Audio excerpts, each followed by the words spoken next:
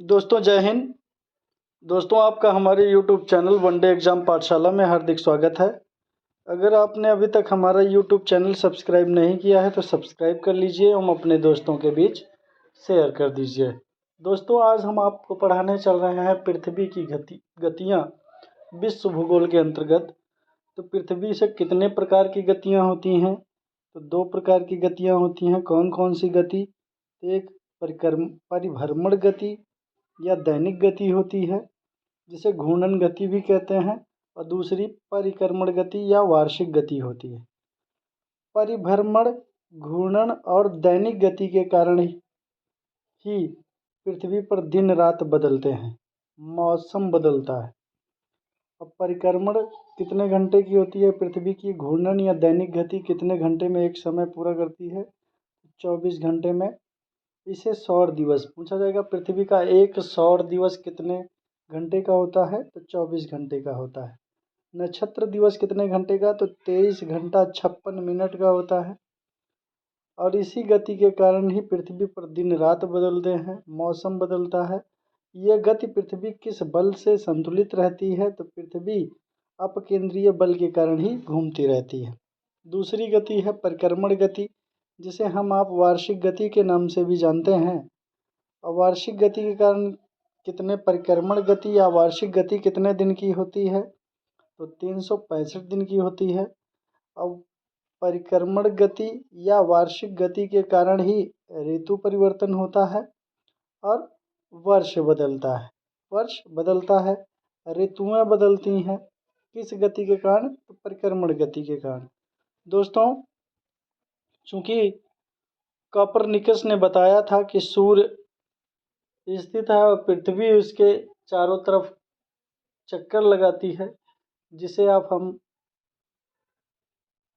पृथ्वी की घूर्णन गति या परिक्रमण गति के नाम से जानते हैं।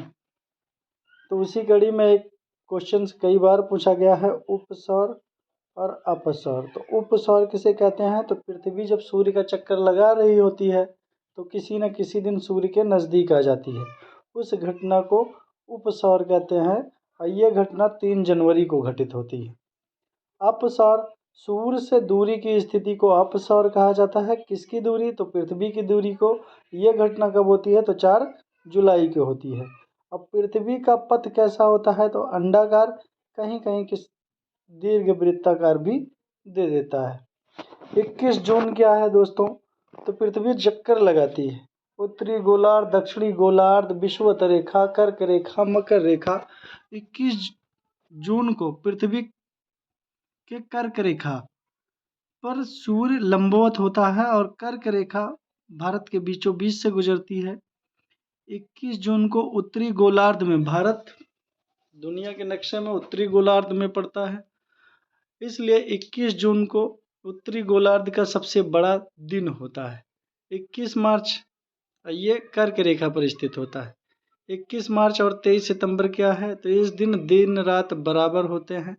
दोस्तों 21 मार्च को बसंत विषुव कहा जाता है और 23 सितंबर को शरद विषुव कहा जाता है।